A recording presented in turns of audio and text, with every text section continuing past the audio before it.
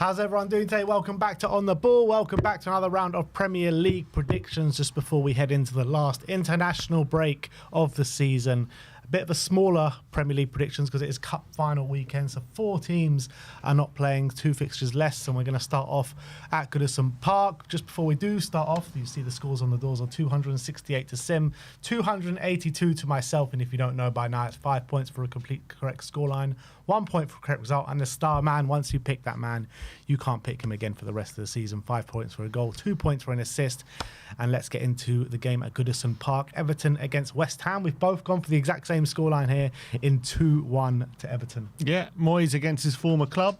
Obviously, it's going to be an interesting affair for David Moyes. His West Ham's last trip to Goodison as well. Moyes just been named Manager of the Month as well, so he'll be awarded that trophy.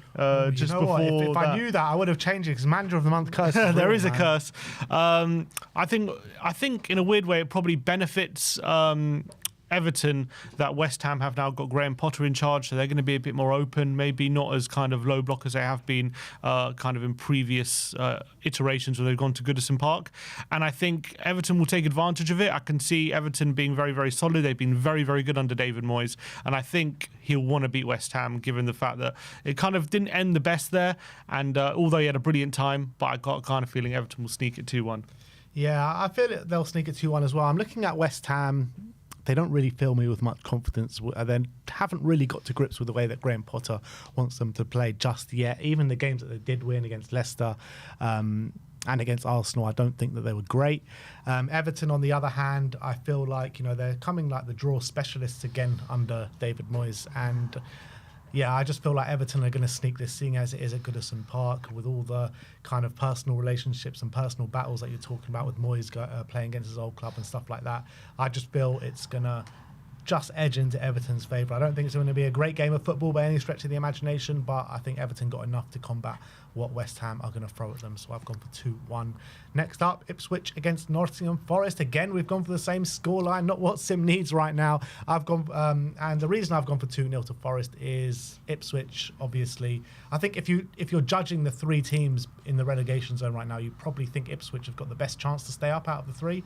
However, against a Nottingham Forest side who are at the other end of the table and got different ambitions in the league this season, I can't see anything else but quite a convincing win for Nottingham Forest. However, Forest have been really poor on the road of late, taken some batterings. So I think this game, it might be a bit closer than people anticipate, but Forest are going to end up with the 3 points, a 2-0. Yeah, I kind of agree. I think it will end up being comfortable, but I do think Ipswich will give them a really good game for a lot of it. I think it was a timely boost, that win against Man City for Forest, because they were just starting to falter a bit in their bid to be in the Champions League. That win was kind of, they needed it at that kind of time, because if they would have dropped points again in that game, all of a sudden they're getting dragged into that race and into that battle, and they needed to be a reminder of how good they've been this season. That City win was that.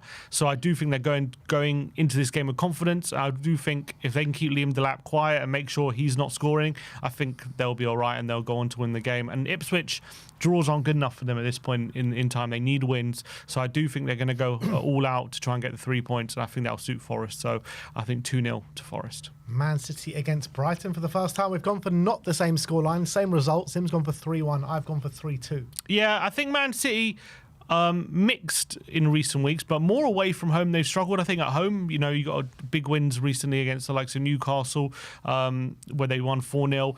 I do think Brighton coming into this a lot of confidence. 6 wins in a row. I think it's even more than that in all competitions. So they're doing, 4 in a row in the Premier League, 6 in all competitions. They're doing very, very well, Brighton, at the moment. And they do kind of, what you're going to get with them. They're going to come, they're going to play their football. It's going to be very hard for Man City to deal with, but Man City's attack is still devastating. They've still got Haaland, who's returning to form. And the wingers right now are starting to play really well. Savio and Doku starting to get regular goal contributions. So I don't think Brighton will be able to handle them. I do see them hurting Man City going the other way, but I think Man City will get the win in the end. So 3-1. Yeah, Brighton on the back of 6 consecutive victories in all competitions, including knocking Newcastle out the FA Cup. Unbelievable form that Brighton are on, but I feel like it will come to an end this weekend at the Etihad. Man City, I feel like, as you mentioned, they're a different kind of animal, different kind of beast at home as they are away from home. They have lost recently at home, obviously, to Real Madrid and Liverpool, but Obviously, this Brighton side aren't of that kind of quality. So I feel like Man City will be able to push themselves and get the 3 points in this weekend. And I think Haaland and Mamouche up front does provide kind of different kind of skill set when it's just one of them, they create space for each other. So I think it's going to create an interesting dynamic. Brighton leave the back door open sometimes, so I think that will play into Man City's hands. So yeah, I think it'll be a fairly good performance from Brighton, don't get me wrong, but I think just Man City will have that quality to get over the line and get those 3 points. So 3-2 from me. Next up, Southampton against Wolves. And again, we've gone for the exact same scoreline here in 2-1 to Wolves. And yeah, I think it will be a fairly tight game with Cunha still being out. Definitely some sort of firepower from Wolves is going to be missing in this one. But I think Strand Larsen is going to be more than enough to fire Southampton with the 3 point. Fire Wolves into the 3 points. And look, Southampton just losing every game at the moment, getting battered every game. And it will just confirm another 3 points to confirm or go some way to confirming Wolves' safety. Yeah, if Ipswich and Leicester don't pick up any results and obviously Wolves win this game, which everyone expects to win, that could take their gap to 9 points. And at that point, with 9 games to go, can't see any chance of those teams catching them. And I think this will be a massive win for Wolves if they get it. So I think they'll know that. They actually haven't won a game where Cunha hasn't scored. So they have to kind of get that monkey off their back, which they haven't been able to so far this season. But I think Southampton will be the perfect kind of opponents for it. I do see it being a bit of a close game, a bit of a tight game. I do see a bit of nerves settling in for Wolves because they know how big this win could be. That's why I'm not going for a battering, but I do think they'll end up getting the win over the line just because Southampton just don't seem to have the quality to be picking up points at the moment. So I've only gone for a 2-1 to Wolves. Bournemouth against Brentford, a really interesting battle with the Vitality. Again, we've gone for the exact same scoreline. This is quite amazing. This is quite incredible. I mean, we do usually pick some of the same scorelines, but this is like every game. It's 4 out of 5 at the moment. And the other one was only 1 goal different. Yeah, we've both gone for 2-2. Yeah, and I think it's going to be a really fun game. Again, a bit of a clash of styles here with Bournemouth's kind of chaos and their kind of a bit full throttle nature. They're high pressing up against Brentford's kind of more methodical they do press when they need to, but they take their moments, but they like to sit back and counter-attack. With the likes of Mbeumo and Wissa running into the channels, I can see them really doing some damage to Bournemouth. But Bournemouth, playing well at the moment, probably in a bit mixed form, and will be gutted they didn't win last week. With Evan Nilsson back as well, was a big benefit. So I don't see them losing, but I see an entertaining open 2-2 draw here. Yeah, Bournemouth, interesting with them at the moment. Back-to-back losses at the Vitality in the league against Wolves and against Liverpool. 3 games in a row now in the Premier League as well, home and away, without wins. It's going to be an interesting battle. I think obviously Bournemouth got a lot of quality and they've had a brilliant season.